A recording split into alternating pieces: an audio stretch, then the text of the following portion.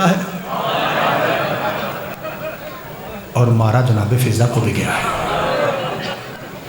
میرا جی یہ چاہ رہا ہے کہ 2 منٹ مصائب پڑھوں، لیکن فکرہ پہلا ایسا ہو، مجھے آپ کی ہائے پہ مان ہے، اپنی پڑھائی پہ نہیں۔ میرا جی یہ چاہتا ہے کہ فکرہ کہہ کے میں چپ ہو جاؤں اور ہر نکر سے ہائے کی صدا آئے۔ کیا آپ ہائے کرنے کا وعدہ کرتے ہیں؟ سچ پڑھنا میری ذمہ داری، ہائے کرنا آپ کی ذمہ داری۔ پاک سید کی قسم، فرق یہ تھا سید زادیوں کو اتنا مارا گیا کہ ان کے گوشوارے اتر گئے، فضا کو اتنا مارا گیا کہ کان ہی اتر گئے۔ میں بسم اللہ کر، میں بسم اللہ کر، جی بسم اللہ کر، اتنا مارا گیا جی صدقے جاواں، میں بسم اللہ کر، صدقے جاواں۔ جس سید زادی کو بھی مارا جاتا تھا نا، یہ بی بی آگے بڑھ کے کہتی تھی مجھے مارو، میں نے اسی دن کے لیے تو محمد سے زندگی مانگی تھی۔ کس بادشاہ کو پرسہ دینے آپ آج یہاں آئے ہیں؟ مولا سجاد کو پرسہ دینے آئے نا۔ جعفری صاحب بھی پڑھتے ہیں کہ 936 چوک اور موڑ ہیں کربلا سے شام تک۔ یار ایک نکی جی ہائے کرو، یہ 936 بار جو قتل ہوتا رہا، کیا اسے زہر دینے کی ضرورت تھی؟ بھائی جان جو 936 بار ذبح ہوتا رہا، کیا اسے زہر دینے کی ضرورت ہے؟ میرا جی چاہتا ہے شام کو آپ سونے گے، صرف مقدمہ باندھ رہا ہوں شام والے بھائی کے لیے، جب زہر ملا نا، جگر تو جناب زینب کی پیشی کھا گئی تھی نا، جب زہر ملا، ذرا سوچ، ذرا منظر لے دائیے، 25 محرم میں لے دائیے، وہاں لے دائیے، ذہن لے دائیے۔ 25 محرم کربلا کے 36 سال بعد زہر ملا، مولا باقر سامنے چارپائی پہ سجاد تڑپ کے کبھی دائیں دیکھتے کبھی بائیں دیکھتے۔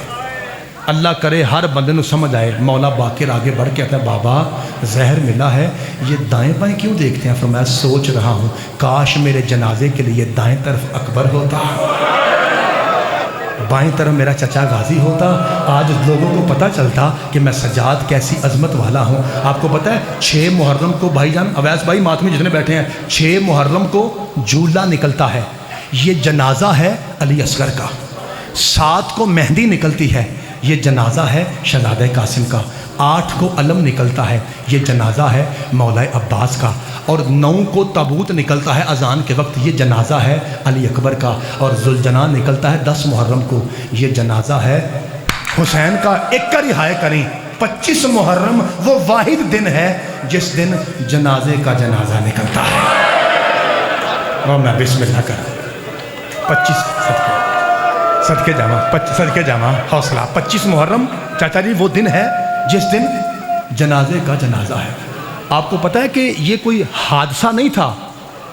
میں 2 جملے کہوں گا تاکہ رات تک آپ روتے رہیں، سوچ کے روتے رہیں گے۔ یہ جعفری صاحب یہ کوئی حادثہ نہیں ہے کہ مولا کو بازار میں جانا پڑا، حادثہ نہیں۔ میں آپ کو بتاؤں یہ لوح محفوظ کی تحریر کیسے تھی؟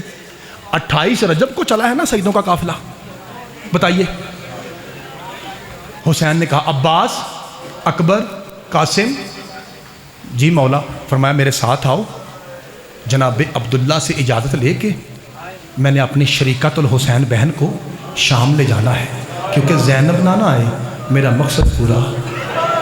جب یہ 4 سید آئے ہیں نا تو جناب عبداللہ بیمار تھے، ٹیک لے کے اٹھے۔ مولا کیسے آنا ہوا؟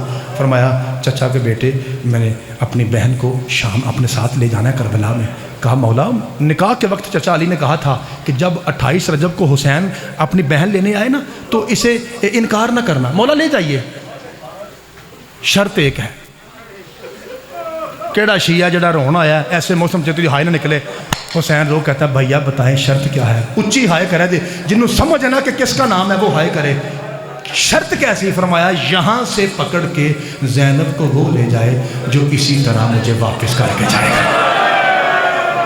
میں بسم اللہ کرا، بس یہ کہنا تھا۔ عباس بھی پیچھے ہٹا، قاسم بھی پیچھے ہٹا، اکبر بھی پیچھے ہٹا، خود حسین پیچھے ہٹ کر رو کے کہتے ہیں کہاں ہے میرا شام کا مہاری سجاد؟ میرے بیٹے کو بلاؤ، وہی یہ وعدہ پورا کر سکتا ہے۔ سجاد مولا روتے ہوئے آئے۔ 9 محرم تک پتہ نہیں چلتا تھا عباس کون ہے، سجاد کون ہے۔ خدا کی قسم اتنا جوان تھا، اور مولا علی کی قسم، غیور آل محمد کی قسم، کئی گنا غازی سے زیادہ بہادر تھا سجاد۔ دلیل میں دوں گا، ہائے آپ نے کرنی ہے۔ قرآن کی قسم اگر سجاد کی طرح غازی ہوتا پہلے کوفہ کے چوک میں ہی مر جاتا۔ یہ حوصلہ سجاد کا تھا۔ کہاں ہے میری مہاری بیٹا؟ مولا سجاد آگے بڑھے، جی بابا میں حاضر ہوں۔ فرمایا تیرے چچا عبداللہ نے شرط ایسی رکھی ہے، اگلا فکرہ میرا جی چاہتا ہے میں ماتم کر کے کہوں اور آپ ماتم کر کے سنیں۔ کہا تیرا چچا کہتا ہے زینب کو یہاں ہاتھ پکڑ کے وہ لے جائے جو اسی طرح واپس میرے ہاتھ میں ہاتھ کرے۔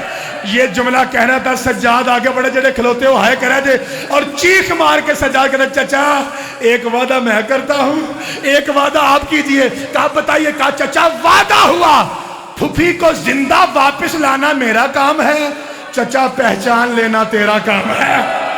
چچا میری پھوپھی کو بڑا مارا جائے گا، چچا کہیں پتھروں کی بارش، کہیں آگ کی لکڑیاں، کہیں جلتا ہوا کوئلہ، کہیں گرم، جی بسم اللہ۔ ایسا موڈ بھی آیا کہ سجاد نے کہا یا لیتنی لم تلدنی امی، کاش میری ماں مجھے دنیا میں نہ لاتی۔ رب کعبہ قسم ایسا وقت بھی آیا میرا جی چاہتا میں ایک فکرہ کہہ کے آپ کو سلام کروں۔ ابھی آپ کے پاس جمعہ ہوا ہے نا، نماز ہوئی ہے نا، ادھر دیکھیے، پہلے آپ کہتے ہیں اللہ اکبر، پھر آپ 2 سورتیں پڑھتے ہیں نا، اور 2 سورتیں پڑھنے کے بعد آپ کہتے ہیں اللہ اکبر سبحان ربی العظیم و بحمدہ۔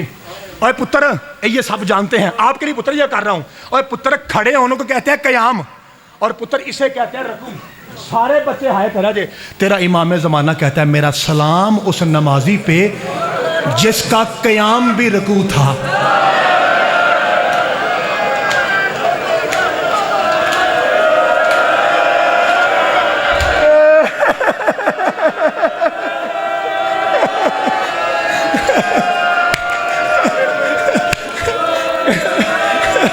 جی صدقے جاواں، میرا سلام اس نمازی پہ جس کا قیام بھی رکوع تھا۔ اور پتہ ہے میرے مولا سجدہ کیسے کرتے تھے؟ پہلے بات تو یہ بتاؤں آپ کو پتہ ہے نا نماز میں قبلہ کی طرف رخ ہونا شرط ہے، پتہ ہے نا آپ کو؟ مجھے بتائیے کیا بازاروں میں چلتے ہوئے قبلہ سامنے رہتا ہے؟ علی بڑا نمازی سید و ساجدین نہیں، حسین بڑا نمازی سید و ساجدین نہیں، یہ سید و ساجدین کیوں ہے؟ سارے ہائے کرو گے، پتہ نہیں کیسے سنیں گے آپ۔ اس سید کو بازار میں اللہ نے وحی کے ذریعے کہا تھا سجاد تو نماز پڑھتا رہ، جدھر تیرا چہرہ ہوگا میں ادھر ہی اپنا قبلہ مانتا۔ اور خدا کی قسم سلام اس نمازی پہ جو سجدہ کرنے کے لیے دھکے کا محتاج تھا۔ تیرے مولا انتظار کرتے تھے کب دھکا لگے، میرا ماتھا زمین پہ لگے اور پھر میں کہوں سبحان ربی یعلیٰ و بحمدہ۔ ایک مرتبہ اونچی آواز میں بتائیے گا اس سید سجاد کے گلے میں کیا چیز تھی؟ آج صدقے جاؤں، ایک بار پھر بولو کیا تھا؟ توق۔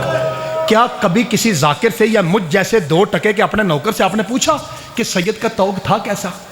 نہیں پتا۔ ادھر دیکھو، توق کی چاروں طرف کی کنڈلیاں اندر کو مڑی ہوئی تھی۔ یہ توق ہے پتر، یہ بڑے جانتے ہیں سب، چھوٹے بچے جو رو رہے ہیں نا آپ کے لیے کہہ رہا ہوں بیٹا، اندر کی طرف سلاخیں مڑی ہوئی تھیں، یعنی سید سجاد یوں کرتے تھے تو یہ اندر جاتی تھی، یوں کرتے تھے تو یہ اندر جاتی تھی۔ ایک مرتبہ قافلہ رکا بازار شام میں، شمر کہتا ہے وہ شراب پی پی کے یزید کہہ رہا ہے جلدی قافلہ آئے، اب کیا ہوا؟ سارے ہائے کرے جی۔ ایک سپاہی کہتا ہے وہ جو قیدی ہے نا وہ نماز پڑھ رہا ہے، کہتا ہے خدا تمہیں برباد کرے اسے نماز نہ پڑھنے دو، ہم نے تو شام میں یہ کہا کہ یہ باغی ہیں یہ نماز نہیں پڑھتے، جیسی حالت میں وہ ہے اسے ویسے کھینچ کے لاؤ، جے کرو معاف تو پڑھا۔ 2 گھوڑا سوار آئے، سجاد قیام میں تھے، انہوں نے آتے ہی توق میں ہاتھ ڈالا، گھوڑے کو ایڑ لگائی، ایسے کھینچا لوہے کی کرنیاں سجاد کی گردن میں پیوست ہو گئی۔ جب ایڑی سے گھوڑا آگے بڑھا تو سید کا ماتھا بازار کے سینٹر میں لگا، سجدے کی حالت میں گھوڑے چلتے رہے، ماتھا رگڑتا رہا اور آواز آتی رہی سبحان ربی یعلیٰ و بحمدہ، سبحان ربی یعلیٰ و بحمدہ۔ قرآن کی قسم اللہ جانے 25 محرم کو کون سا حلالی کیسے سنے گا۔ میں ریکویسٹ کر رہا ہوں جو کھڑے ہیں یا بیٹھے ہیں، ایک باری اپنی کیفیت سوچ کے زینب کے بھتیجے پہ ہائے کرنا لا الہ الا اللہ محمد الرسول اللہ۔ جعفری صاحب علی ولی اللہ کی قسم 1600 میل میں